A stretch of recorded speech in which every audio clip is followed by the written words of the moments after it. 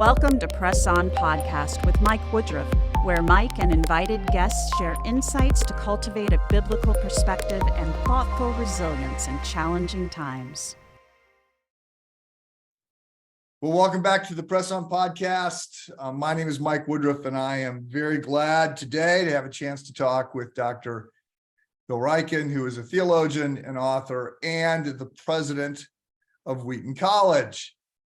Dr. Ryken did his undergrad at Wheaton and then did a Master's degree of Divinity at Westminster Theological Seminary and a PhD at Oxford in historical theology.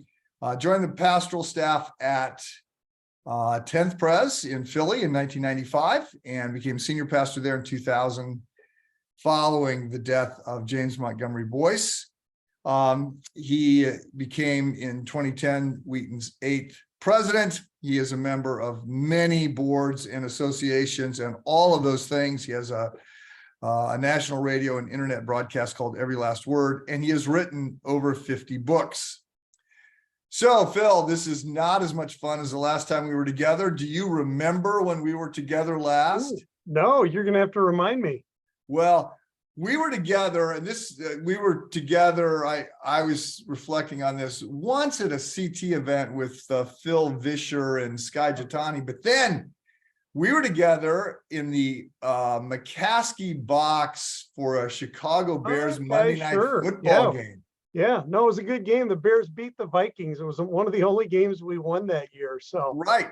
And I went back to the McCaskeys and said, hey, look, you invite a bunch of Chicago clergy and you win. I mean, just saying, we'll show up again if you roll out the owner's box. Hey, we're lucky in a biblical, providential kind of way. That's the way I would put it. So I enjoyed seeing my wife, who is a lifelong Chicago Bears fan, sing the fight song with Gretchen McCaskey and a couple other members of the family. So it was a fun night. I said to Sherry, my wife, so people should know there's actually two McCaskey boxes, the one that Virginia sits in, and that's very quiet, and we were not ushered into that, inner sanctum. But then the kids, I guess there's 6 McCaskey kids, and they each get a game. However they rotate it, they each get to invite people. And so Pat and Gretchen McCaskey, who attend Christ Church, it was a Monday night game. And so the McCaskeys said we finally got to invite all the clergy. So in addition to Dr. Ryken and myself, there was a Catholic cardinal and Wayne Gordon, Coach Gordon, who runs Lawndale and all that. So yeah, I said to Sherry at the end, I go, if you were sort of just, riding me to as far as I was going to be able to take you, I think the owner's box in the Chicago Bears for a Monday night game, now's the time to leave me behind, because I don't think I can take you anywhere more special than that. Well, it was tons of fun. Yeah, that was good. And then thank you. We did not see each other. You preached at Christ Church, but that was early in COVID, and that was all by video. And I'll return to that in a little while. But when you said, when you or your office or somebody agreed that you would come on the podcast, I went out and ordered 2 of your books.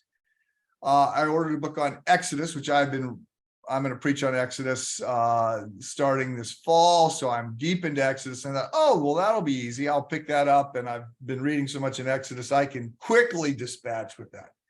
Wrong. 1,200 pages. Fortunately, I also bought Art for God's Sake, 57 pages. So I made a very quick executive decision to go with Art. But I have read more than 57 pages of your Exodus commentary and appreciate it. And I will read hundreds, I'm sure, because I have a good part of this year that I'll be in Exodus. So I wondered, before I leave Exodus behind, I don't know when you preached on Exodus. It obviously was, 15 years ago, but recently I started preparing, 9-12 months ago, started reading through Exodus and thinking about this. And about 6 months ago, I was a little bit shocked. I thought, man, everybody is preaching on Exodus all of a sudden. And it's not just all these pastors that I know that are preaching on Exodus, but all these public people. So Jordan Peterson, the Canadian psychiatrist who's got the big internet following, he is giving lectures on Exodus. And Dennis Prager, the talk radio, conservative Jewish talk radio guy, he's got a commentary out on Exodus. And then Leon Cass, University of Chicago, great books, guy, he comes out with this big 800-page book on Exodus. And I was like, why is Exodus suddenly so trendy? I feel I'm a little miffed because it looks like I'm just being I'm just adding on. I'm just doing the trendy thing, and I try instinctively not to do the trendy thing, but I'm going to do the trendy thing. So any ideas why Exodus would suddenly be popping right now? Yeah, so super interesting comment. I wasn't aware of that, so I'll try to pay attention to all the places Exodus might show up.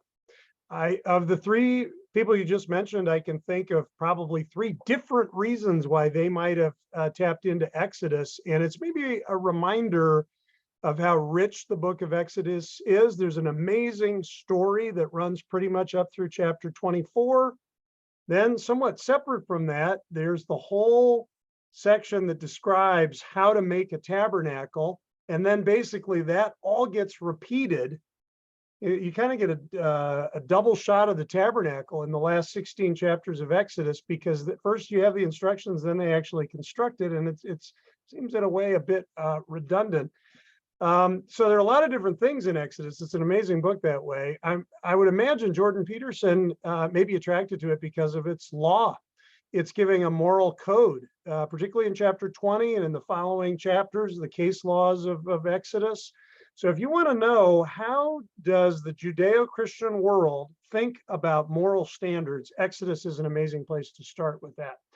Exodus also is a very significant book for the African-American community, because the African-American community in this country has viewed its experience through the lens of Exodus. And of course, the same is true for the Jewish community. The experience of bondage and deliverance, then later the experience of exile and return. I mean, these are the big moves of the Old Testament scriptures, and they are absolutely alive in the mindset of most Jewish communities, and particularly ones that are religiously devout. I've just returned from a trip this summer to Poland with some friends from the Jewish community in Chicago, as well as evangelical and Catholic leaders. And Exodus was not our main reference point as we visited various places, but it certainly was a reference point. So I think there may be a few different reasons to be in Exodus. I think the best reason for a congregation to be in Exodus is because that story plays itself out in our own spiritual experience: bondage and redemption, entrance into the presence of God, the sanctifying work that the Holy Spirit wants to do in us through the moral law. That whole narrative that takes place somewhere in the geography of the human soul.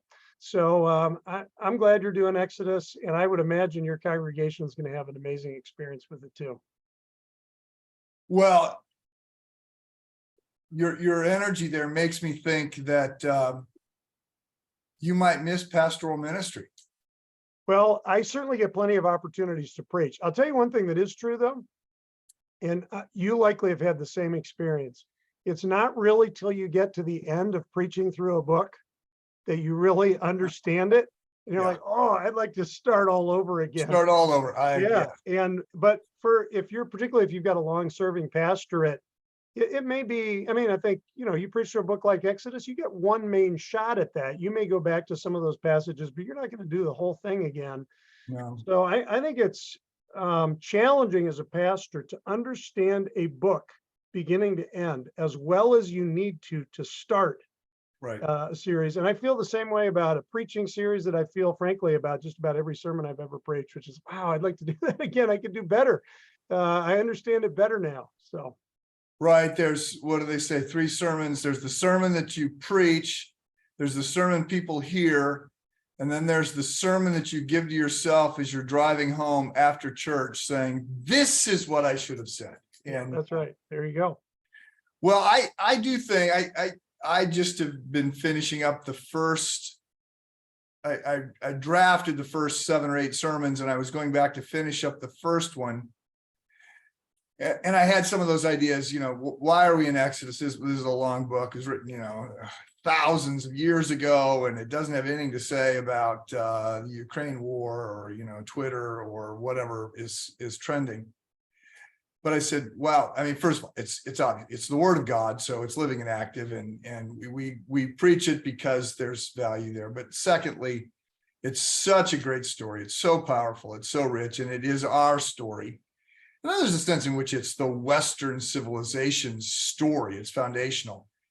But I also thought people are returning to it now. The Jordan Peterson, the Dennis Prager, the maybe less so Leon Cass, although he comes at it from a political science vantage point. And they all come at it from their very, as I'm listening to them, they all have their own worldviews and their own perspectives. But as society breaks down and you want to go back and say, wait, what are we trying to do here? And how does this work? And what does it mean to be free? I mean, these are just the foundation. And in that sense, it's like Plato's Republic. It's like, it's just like any of these great foundational texts that you look at and you say, well, there was more here than I realized until I realized how much I just took for granted that this book was giving me. And I hadn't realized this was where it sort of got established. God establishing a people and within a land with laws. And we need this. You could make an argument that the story of the Exodus is the epic of the Western world. You could make a case for that. And you read epic partly because it's a great story, but you also go back to it to discover who you are. So it makes sense to me that we would be going back to the Exodus, as you mentioned, particularly at a challenging time culturally. Yeah. Well, so when I was reading Art for God's Sake, I had a couple questions. It was not lost on me that there's a lot of Exodus 31 in here. And I thought, okay, I'm not sure which came first, the commentary on Exodus or this art book, but I'm sure you were pulling out the notes from one when you were working on the other. What was the context? I mean, is art a passion of yours? Is art, you were asked to speak on this topic? What led you to say, I'm going to write a book? I mean, it's a small book. I'm going to offer a reflection. I wondered if this was a talk you gave or a series of lectures you gave. Yeah. What was the context? Yeah. Well, so yeah, it's easy to say. So I had been preaching through Exodus, came to the story of Bezalel and Aholiab and how they were spiritually equipped for the artistic calling that God had given them. And we had a fair number of artists in our congregation in Philadelphia, opera singers, dancers occasionally, visual artists, gallery owners, just members of the Philadelphia Symphony Orchestra, like a lot of different things. So one of my art teachers came up. He was teaching high school art at a local Christian high school, and he came up pretty excited after the service. He said, "Hey, can I get those notes? You ought to publish that." And so I took that seriously, and I think a lot of the best, writing, teaching for the church, which I'm not putting this in the category of. I'm just saying there's something here.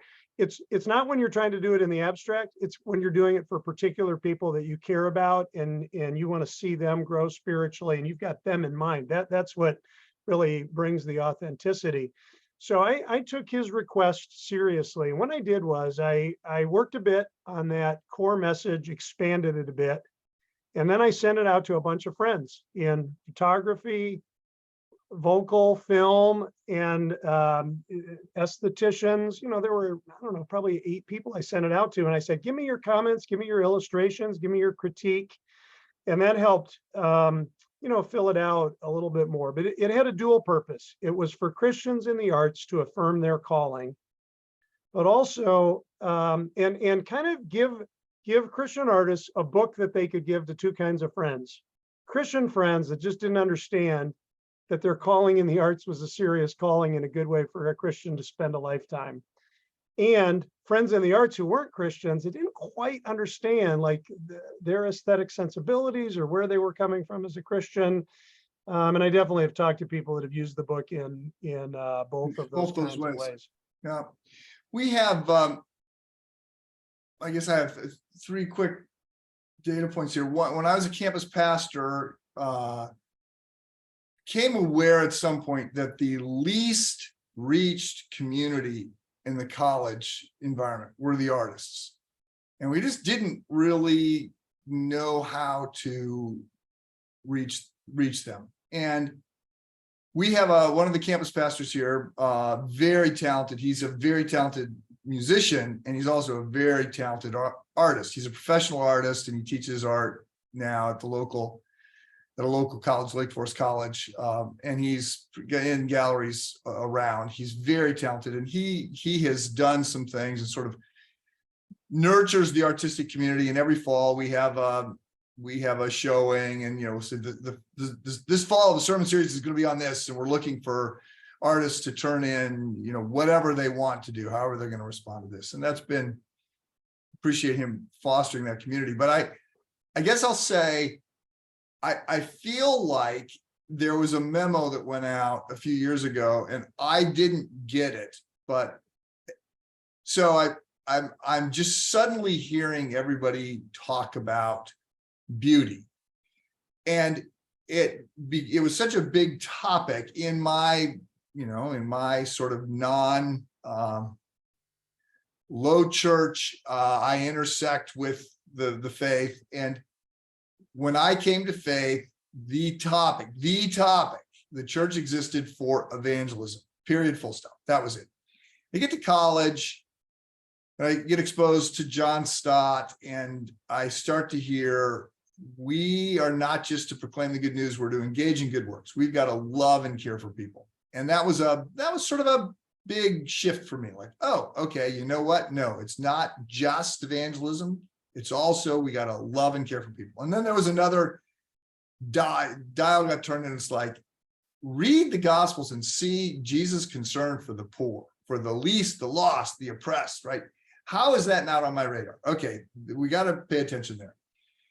And then again, a little while later, it was justice. And this was 15 years ago. It's not social justice. It was sort of international justice mission, care for the prisoner and care for the people who are just on the wrong side of the thug and the dictator, and they're being oppressed. And it felt like when I was at this conference and everybody was talking about beauty, and they're reading this book on beauty by is it John O'Donohue or O'Donovan, whatever, and everybody's and the first time we're introducing ourselves, we're supposed to say the last time we've been around something beautiful, and I'm just like, oh, I'm out of my element here. I said my granddaughter, it was an easy answer the last time I was captivated by beauty, but everybody else had answers that were more profound in one sense. I don't want to say that, but they've been thinking about beauty longer than I have. So is the evangelical world awakening to this? What did you intersect with this because you were also picking up on those currents? I mean, you studied at Oxford, so you've got a richer pedigree, exposure, Europe, cathedrals, but I'll stop there. Yep. I didn't get the memo. Did you? So yes and no. So first of all, I love your comment about reaching artists and how important that is in our witness, which is where you started. I'll just make two comments on that. Number one is, I think the arts often are the leading edge of culture. So if you want to know where culture is heading, it's what's happening in film, it's what's happening in the art world. And when Christians are particularly evangelicals are late, we're like always late to everything. And if we're not attending to the arts, we're just like way behind culturally. The other thing is, I think many artists that are in the secular art world don't think Christians take what they do seriously. And it's hard to take other people seriously if they don't take you seriously and what you care about. So, showing care and involvement and engagement. At the time this little book came out, Art for God's Sake, which is 2006, I'm just checking the date. Frankly, there weren't a lot of books like this. There were a few, and my father's done some writing in aesthetics, and Bill Edgar has, and there are a few other folks.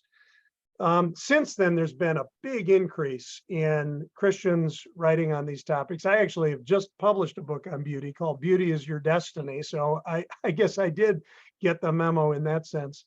I think if you look at the history of apologetics, how you defend and articulate the Christian faith since like 1950 to now, roughly, you see a couple of different main moves. There was an earlier era where it was all about truth claims, and it was Josh McDowell. It was evidence that demands a verdict. It was that kind of rational apologetics, and that is important, and it works, and it works particularly well for people that are asking truth questions. Then really the question became, and probably still is Christianity actually good? Because you have a lot of hypocrisy in the church and a lot of moral downfalls. And some people think Christianity on certain ethical issues is on the wrong side of history. That's a very different apologetic discussion than what is true. It's actually a discussion about what is good and what is morally good and how do we know and how do we pursue it. I do think people want to see what is beautiful, and they want to see beautiful lives. They want to see the gospel lived out in beautiful ways. In one sense, all of these questions are perennial. So the memo went out with, Plato, the good, the true, and the beautiful. The memo actually, it's there in scripture that these things are foundational and important.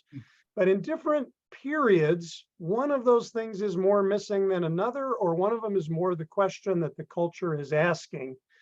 And what I think about beauty is beauty actually intersects with all of the other topics in Christian theology. So why do we do evangelism? Well, because Jesus is beautiful, and it's beautiful when you enter into somebody else's life to share the gospel. That's why Isaiah says, how beautiful are the feet of the one who brings good news. There's a beauty in that. There's beauty in the plan of redemption. There's beauty in creation. There's beauty in the Trinity. So beauty is actually one way of talking about everything else, but it's a particular lens on things. And maybe the last thing I'll say is, a lot of people say that evil is a problem for Christian apologetics. Like, why is there evil in the world? Why doesn't God stop it? Why did he cause it? Why didn't he do anything about it? Why is there beauty?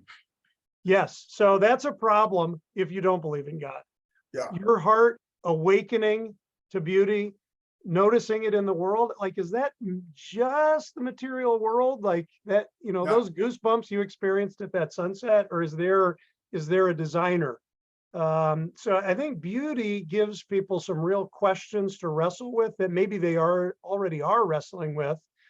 And we want to be working where we can with the grain of what people are caring about and thinking about. And beauty is one way to do that in our presentation of the gospel. Yeah. Well, all of that to say, it sounds like you wrote the memo back in 2006. I did not read it until just recently. So if you're writing a new memo, please, you've got my email address, send it on. I'll try to be more current. So I have what I would call I have some final questions at the end, but I have my airplane questions. If I found myself sitting next to you on an airplane, what are the questions that I would ask? And you are a very interesting person, both because of your background and your training and the stuff that you've written, but for some people, you hold the position of one of the positions that would certainly put you in the College of Cardinals to be the Protestant Pope, if there were such a thing. The President of Wheaton College you are at the epicenter of the evangelical world. So I have some questions about that. One question before we go there, and this sort of helped position you there. You were at 10th Pres for a number of years with Boice. What did you go there to do, and how was what is your takeaway from your time with him? I was reading his books early on. I sort of like, whoa, who's this guy? I can't remember what I got. I mean, his commentary is not unlike yours. Obviously, these are his sermons that got turned into books. And my experience was that I was briefly in the church. It was a very liberal church. It was a lot of works. It was a lot of legalism that was pretty flat, and I didn't like it. And then later when I came back and I'm hearing about Jesus and grace and all of this, and also getting exposed to more the Word of God, being in Bible studies where we're actually reading the Bible and going, oh, wow, well, this is interesting. And Boice was interesting in that sense. And then he was in all these battles, sort of circling with R.C. Sproul, and he was writing a lot about the power of the Bible. So I sort of was reading this stuff early in my Christian life. So I guess I'm just interested, what were you trying to get close to Boice? Were you just looking for a place that you could park and write books? How did you end up at 10th? Yeah. And first of all, don't ever sit next to me on a plane, because I don't want to answer these kind of questions on a plane. I'm going to have my Bose Wave headset on, and I'm going to be writing and editing and getting work done. So right. Well, I say to people, this is not original to me, but if I want to be left alone, I just tell people I'm an evangelist, and they will leave you alone at that point, or start telling you their life story and apologizing for swearing, whatever. But yeah. So fair enough. I will leave you alone if we sit next to each other on a plane.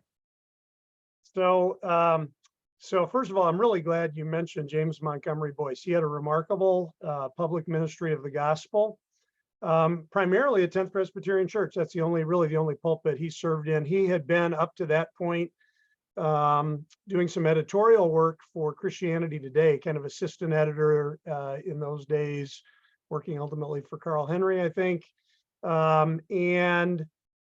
He candidated for 10th Presbyterian Church and very quickly became pastor there, the church that his parents had worshiped actually back in the day. So super interesting that he came there in 1968. Had a great ministry in Philadelphia, a lot of urban outreach, cared for the needs of the community around him, grew what became a multi-ethnic church that was very well known for its preaching, very well known for its music ministry, but also very well known for its commitment to the city of Philadelphia and education, caring for AIDS patients, reaching out to the homeless, all those kinds of things.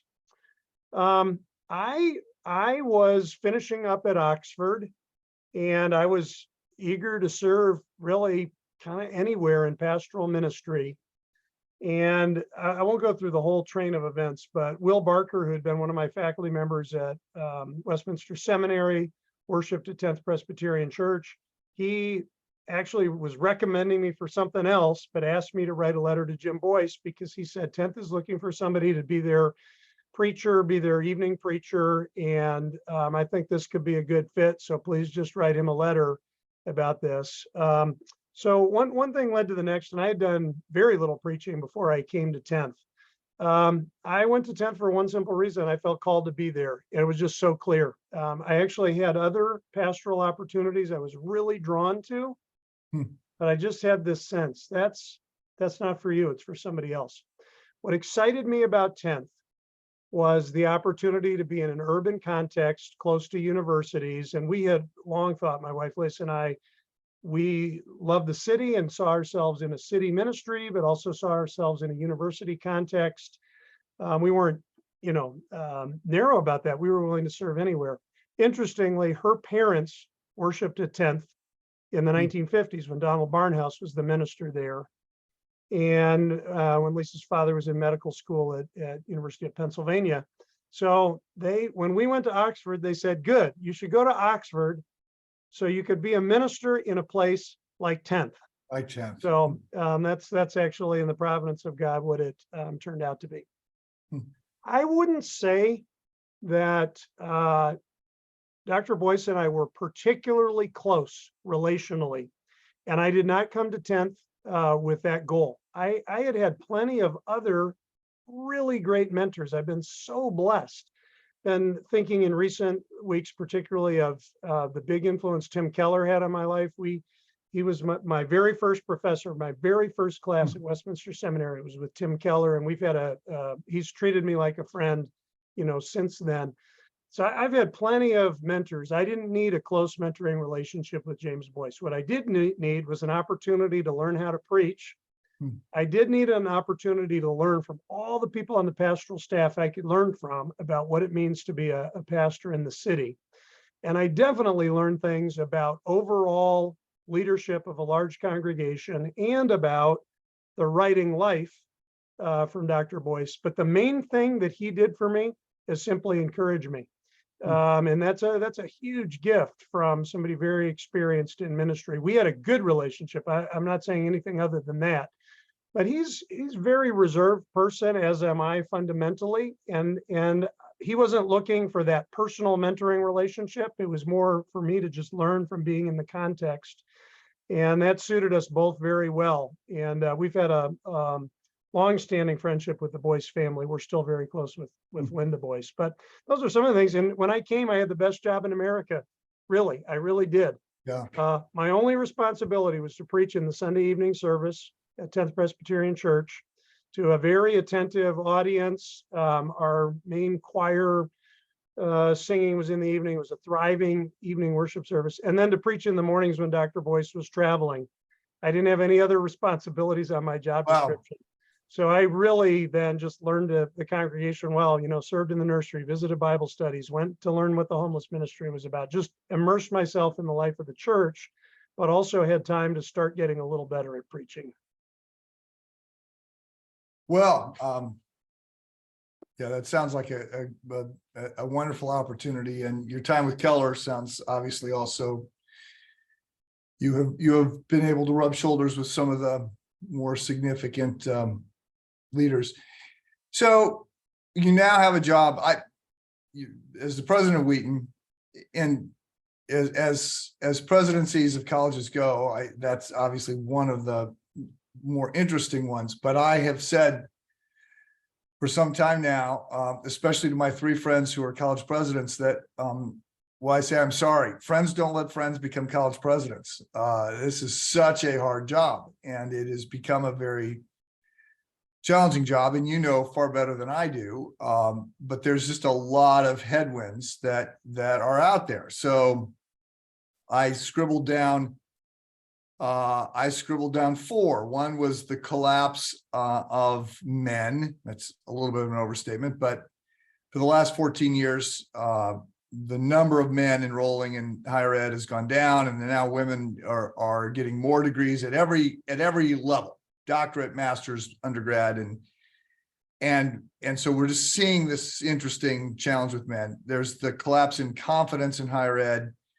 A lot of people saying now they just don't trust, and this is not Wheaton. They're just saying higher ed is what's going on, and then you got this cultural moment with a collapse of truth, and now not just even a collapse of truth, but a collapse of belief in something like free speech. Like, no, you don't have the right to say that, and we're not going to go that direction. And then you've got the coming demographic cliff that is facing all schools, and so we've been watching, and schools have been closing, and schools are merging, and there's a lot of stress in higher ed. So I guess I would just ask, where is this headed, and what's the hardest part of what you're doing right now? And do you think that Christian institutions are better positioned to face what's coming, or going to have even greater challenges? This is your day job I'm asking about. What are you doing, and how are you doing it? Yeah, well, that's a pretty short list of challenges, and in some ways, some of the more challenging challenges aren't even on your list. Those are all there, though. I mean, we could list a lot of them, and every week it seems like I see something about how tough these jobs are compared to other jobs or whatever. So that's all definitely true. I've just been thinking just this week about some of the history of Christian thinking about how we bring learning and faith together. what we sometimes call at Wheaton, the integration of faith and learning. And one of the things that was really striking to me is that some of the most articulate voices for this, Cassiodorus in the early medieval period, John Milton in the revolutionary period in England, Comenius during the Reformation in Poland and Czechoslovakia. I mean, just go down the list. None of those times were promising times for the life of the mind. Or think of C.S. Lewis writing his famous essay, Learning in Wartime, during World War II, like people don't know what the future of Britain is going to be, like Hitler is running unchecked, like it's just a terrible time. And yet at some of those very moments, people have said, we need to be careful with the cultivation of our younger leaders. We need to invest in them richly so that they can do their very best thinking and learn from the great traditions of Christian thought. And we don't know all the ways that that's going to play out in the coming years. We just know we're going to need thoughtful Christian leaders come what may. So I really think any time is a good time to be investing in Christ-centered higher education. I would say the same thing about Christian education, all the way through, all the way down to preschool. I had my first day of Christian education shortly before my 4th birthday. And it's been a lifelong blessing to have that kind of training and preparation. Really interesting question about whether Christian institutions are better positioned for these challenges than other kinds of institutions. I'll start by answering that question globally, because I'm encouraged by what I see in the aspirations for Christian education in Asia, in Africa, a little less familiar for how it's developing right now in South America and Latin America, but there are places around the world, including China, where people are building some of the great institutions that 100 years from now, if the Lord doesn't return sooner, which I hope he does, we're going to see the fruit of really great visionary leadership in the early stages of great institutions. So I'm encouraged at that level. I have to say, from a financial standpoint, by and large, Christ-centered higher education is not in a good place. If you look nationwide at what our endowments are, the enrollment challenges, it's going to be very tough. So, like, humanly speaking and practically speaking, it's not surprising if we see a few of our key institutions close. So sad what's happening in New York City. What a legacy there, and to lose that, it's just a huge loss, I think. I have to say that my colleagues and I in the, for example, Christian College Consortium were very concerned more than a decade ago at a lack of enthusiasm and support for Christ-centered higher education from the church and from Christian leaders. We're like, we got to get some pastors together, help us understand what's happening here. Personally, I think there are lots of places to get a great education. I don't think every Christian necessarily should go to a Christ-centered college or university. But I do think we, as a community, have a vested interest in the success and in the flourishing of Christian institutions of higher learning. And that is always going to require a financial investment. At Wheaton College, going all the way back to the 1860s, you couldn't just do it by tuition. You had to have people that had a vision for this and wanted to support it financially. It's a costly investment, but it's a really worthwhile investment. And I think by and large, the evangelical community over the long term will get the Christian colleges and universities that they decide that they want. Yeah. So I was scared that's where you were going. I thought, he's gonna say that they deserve. You said that they want, so that they work for. Yeah. So, are you optimistic with that? I'm not. Yeah. I'm not asking, are you hopeful? I'm just saying, how do you see the next? How practically do you see the next 10 years playing out in the church and consequently in Christian higher ed? Yeah, so Another really good question. By temperament, I'm an optimist. I also happen to think, and this is maybe an important thing I should have said, when there are a lot of challenges for the church, when the darkness seems to be growing in other places, when you're disappointed by people that are drifting away, by all of those things that you see, at that moment, it becomes more clear, not less clear, the difference that it makes to serve Jesus Christ and advance the cause of his kingdom. So there's an amazing opportunity in declining times to take a stronger stand and to make a clearer difference. I think that's the calling of the church. I also think it's the calling of institutions like Wheaton College. So I'm hopeful about that. I'm hopeful on the global scale. I do think there will be more pain and suffering with some of our Christ-centered institutions. I don't think that challenge is over. So I remain hopeful, but I'm remain very concerned. And I'll also say, as much as anything, what concerns my colleagues at Christian colleges and universities, and in a different way also at secular institutions, is the extreme polarization that we're seeing in America and in the evangelical community. So a unified church cannot produce a unified approach to Christian higher education. And I think we're at our Wait, say that healthiest. again. I think you said a unified church cannot produce a unified vision. Is that what? Yeah, thank you.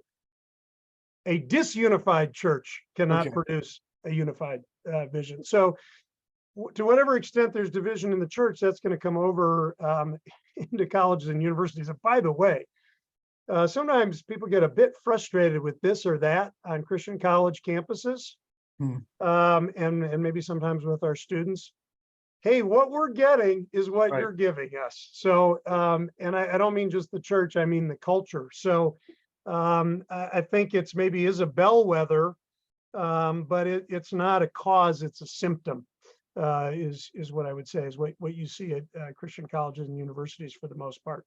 So, but I think when there's, we really depend on a more unified overall church. And when I say unified, at a place like Wheaton, what I'm talking about is a strong evangelical consensus across evangelical traditions and denominations about core principles of the gospel and the importance of the life of the mind, so that we can come together on a campus like this, agree about the things that we agree about and truly agree about them, and also have the freedom to disagree about all the things that we disagree about in a way that builds a lot of character. And colleges and universities absolutely need to be committed to free speech. I've got this wonderful quote from Wheaton College in the 1860s. It's maybe from our 1862 catalog, and it basically says this: we do not expect students simply to repeat the perspectives of their faculty members or what they read in their textbooks. This is an institution where students are taught to think for themselves. Yeah. Now, that's obviously in a Christ-centered context where we're teaching moral theology and we've got biblical studies. Like there's an orientation here, but college or university is in which in a way is different from the life of the church. It's really a place for exploring ideas. That's what it should be.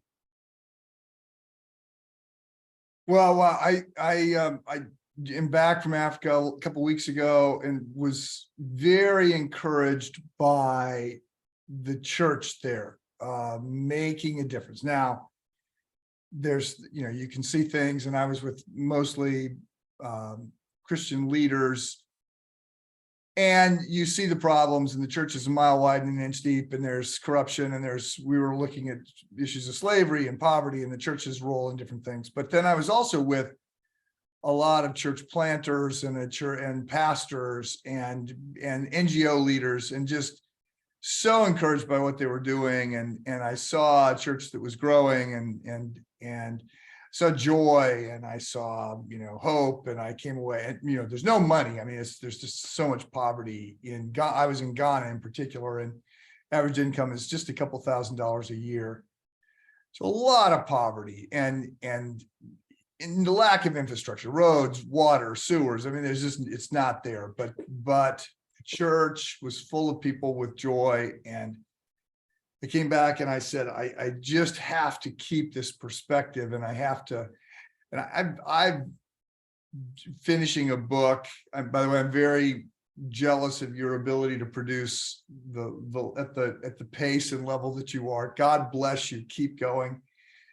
Maybe you got another 50 books in you, but I am trying to finish a book and I'm only a year behind my deadline. But I'm just aware that I have to work harder to fight the volume and velocity of the culture so that I'm being shaped by the gospel and not being shaped by the challenges that are coming my way 24/7. If I let them, I have to find ways to turn off that spigot and say, no, I need to be regrounded so that I can face this with energy and hope, and be the person that says, you know what, here's what I know. God wins, and I don't have to be anxious about this, and it could get a lot harder before it gets easier. Might not get easier for a long time. Might not get easier in the rest of my life. That's okay. Everything that really matters has been settled, and I can preach the gospel with reckless abandon. So I appreciate your leadership in that. Let me ask, back to this idea that you are, you have a signature leadership position, President of Wheaton College. I was on a plane, speaking of plane conversations, I was on a plane 4 or 5, it was pre-COVID. So this is, I guess I got to back up 5, 6 years ago. Flying to a conference, and not unlike you, I kept my heads down. It quickly was obvious to me I was surrounded by Wheaton faculty, because they're talking about Wheaton and they're talking about this conference that we're going to. And I thought, I'm not going to say anything to anybody. I'm going to keep my head down and just do my work. But at the end, when we got up, the planes landed, I said, I have 2 questions. The first, perhaps the most utilitarian is, can I get in the Uber with you? You guys are obviously going to this event. And somebody stood up and said, how did you know we're going to this event? I go, well, I'm a pastor. And then there was a little bit of fear, like, you're a pastor. Why didn't you identify yourself? He said, I had work to do. He said, I am curious. I said, how many of you are Anglican? I said, it seems like I've hit this. Wheaton intersects the Anglican Church. I said, I think all of them were, or at least Anglican adjacent. I said, okay, so what are you getting? Like, that's not necessarily our tradition. So what is feeding your soul, and what are you looking for? Because I would not have said Wheaton is an Anglican school, but increasingly I think I see a lot of Anglican-led people at CT and at Wheaton and in other places. So it leads me to ask, what dials would you turn on the evangelical church if you actually were the Protestant Pope and you could push us in different directions? Yeah, so just a brief comment on demographics. So about half of our students come from non-denominational churches. So broadly speaking, independent Bible church type churches. Then Baptists and Presbyterians would be the next 2 biggest groups. There would be some Anglicans and Episcopalians in the mix of incoming students. We happen to have several quite strong Anglican churches in the neighborhood, and that's really going back to the influence of Dr. Robert Weber, Yep. The Canterbury Trail, and also Lyle Dorset, who had a very influential ministry here before going to Beeson Divinity School. So this sort of Anglican trend, it really goes back to the 1970s and was well underway in the 1980s. And a fair number of our students end up worshiping in Anglican churches, among many, many other churches in Wheaton and Chicago. And some of them also end up staying in those Anglican churches. And it's definitely the case that we've got faculty members in some of these key churches. I think one of the things they are getting is a sense of historical rootedness, which is really missing in a lot of contemporary evangelical churches. It's like all about kind of what's happening in the cultural moment now, but what about liturgical traditions? What about the history of the church? What about creeds and confessions? Like there's an appetite for those, and those things can be really healthy in congregational life. If I had to turn a dial, the dial I would want to turn is towards robust engagement and commitment to one's own theological tradition. I think we are healthier as an institution and healthier as a church more generally if Baptists are quite strong in their Baptist convictions, if Presbyterians know their Westminster standards, if Anglicans love the 39 Articles, like if Methodists really appreciate Wesley and some of his unique contributions. Because the closer you get to the core of those traditions, you're going to be getting very close to something biblical, healthy, reformational, gospel-oriented. Now, I also want us to hold those convictions in the right way, like hold them strongly, but also generously. Like, I really want to learn from your tradition. Here's something I've always appreciated about your tradition. I think our tradition isn't as strong there, but when you start talking on that theme, that pushes me back to my confession. And it's in my confession. It's just not as brought out as much in my denominational tradition. So but I think we're in a healthier place if people are more authentically what their traditions hold. And I think the best of Christianity has really flourished when we have an appreciation for other traditions, but not by sort of minimizing our own traditions, but actually really holding to them. Thank you. Helpful. One question before the final 5 sort of rapid fire final answers. You preached at Christ Church. We had a grant from a foundation to look at mental health, and the request had come to us because the church, the statement was churches are more interdisciplinary today than universities. Whether that's true or not, said we're looking to get a variety of people, and so we had a group that met together for. It was supposed to meet together for like 18 months, and we ended up in COVID, and it all sort of fell apart. But we had some psychiatrists, we had some psychologists, we had a neurosurgeon, we had social worker, we had a variety of people, pharmacy, big pharma, from sort of the pharmacological approach, talking about mental health and how the church better addresses mental health.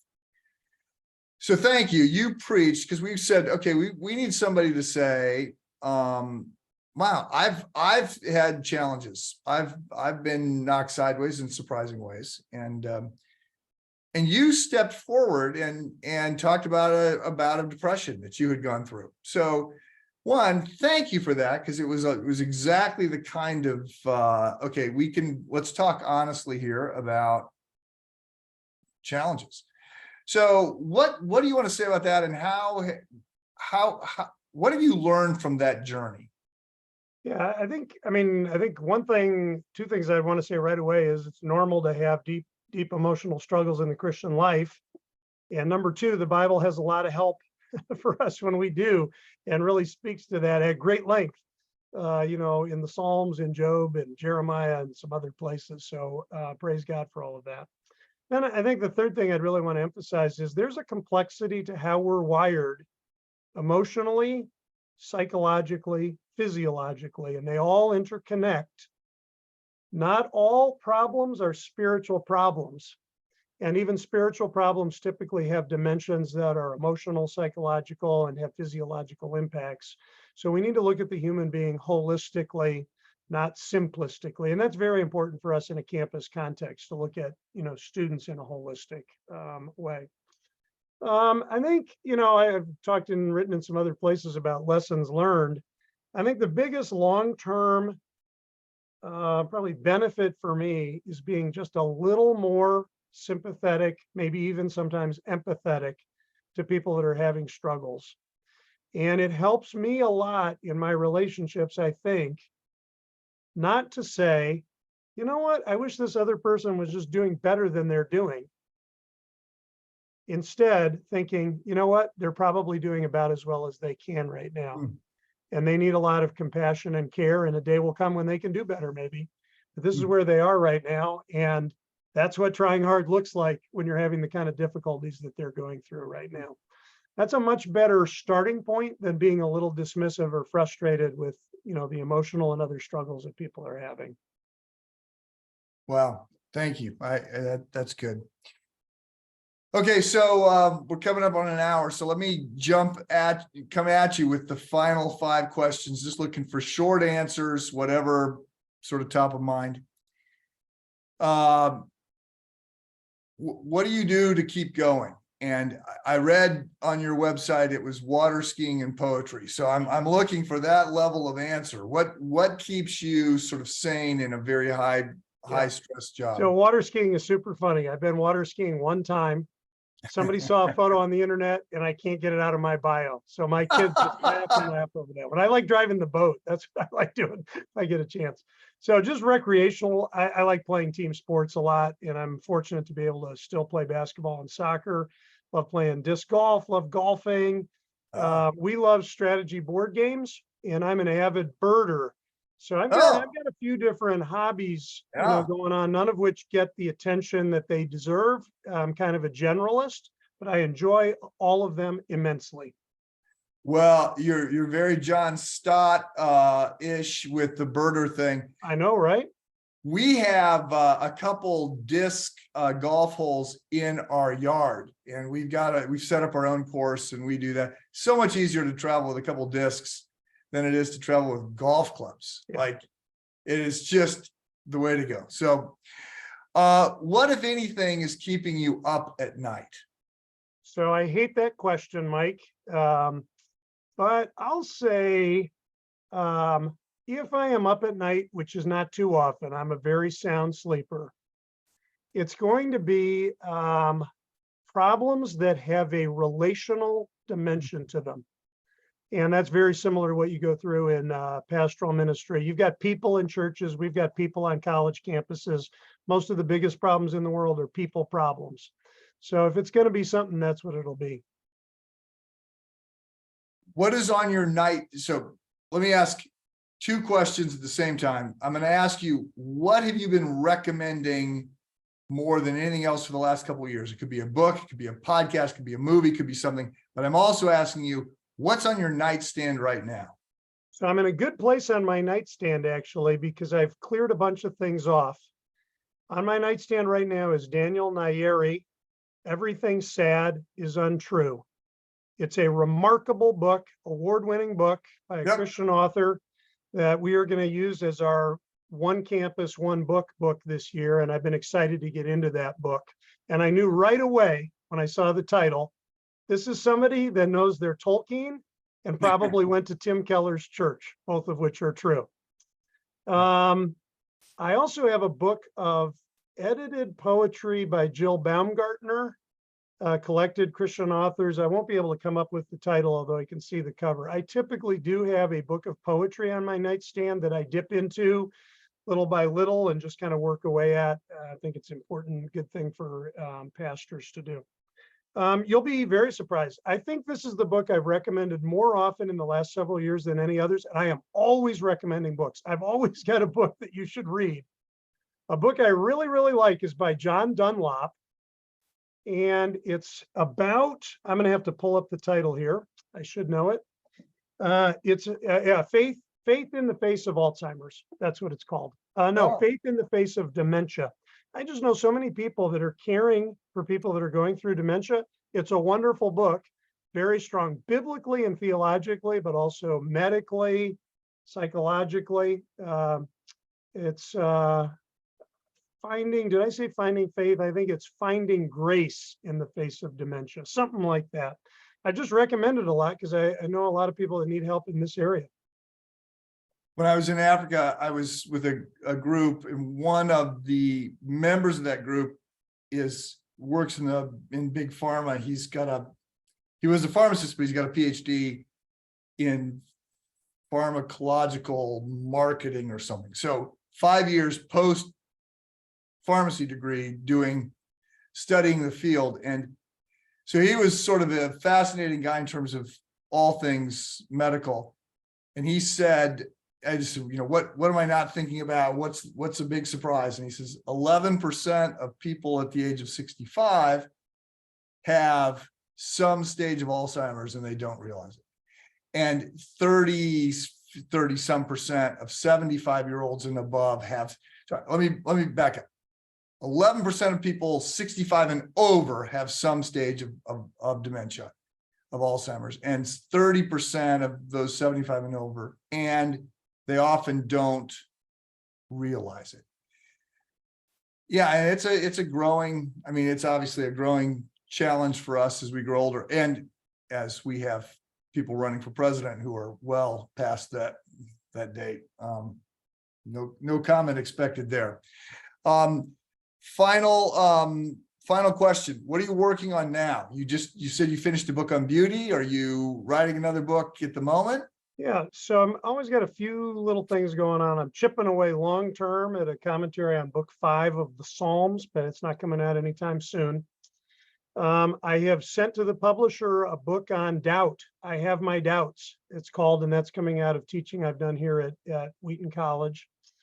And then this, I'm thinking toward, I've got a few other little things going on, but I'm thinking towards my chapel series this year, which is on Life with God Together, which is Wheaton's spiritual formation framework. And I'm excited to get into that series as the fall starts. Okay. So. Great. Well, thank you so much. I've taken you a couple minutes over time, but appreciate you and your thoughtful answers and your work at Wheaton, and God's blessing upon you. And may we meet in the owner's box of I'll send this to the McCaskies. So there you go. Shameless recruiting. We're ready. We're ready. It'll be another win for the Bears. So invite us if you want to win. Guaranteed. Yeah. Okay. Okay. Thanks, Mike. Thank you. God bless you.